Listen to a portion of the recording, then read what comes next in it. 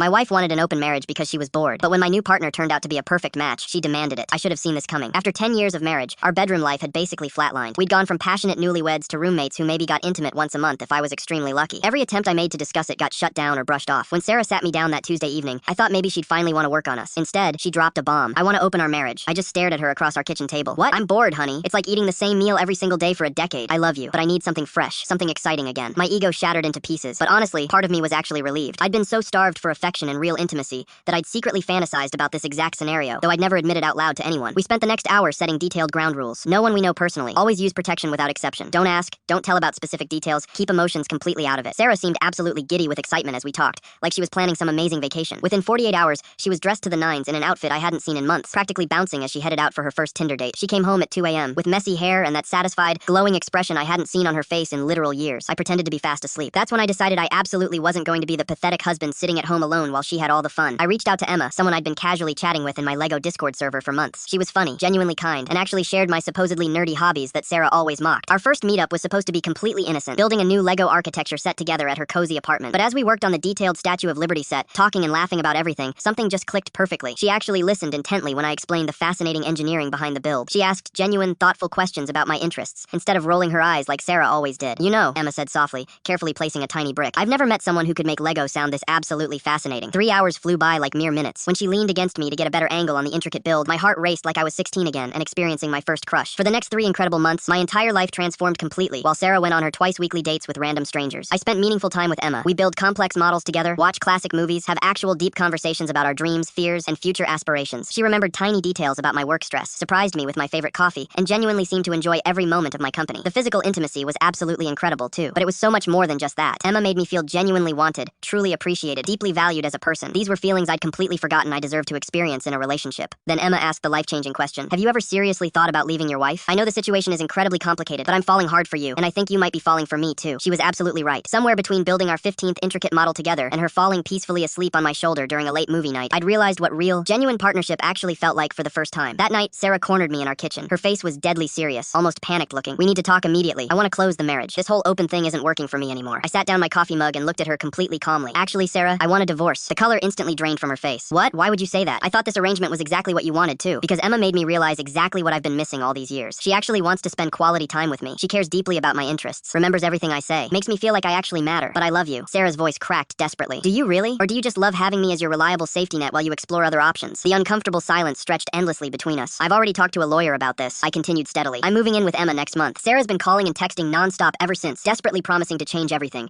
begging for another chance. But it's far too late now.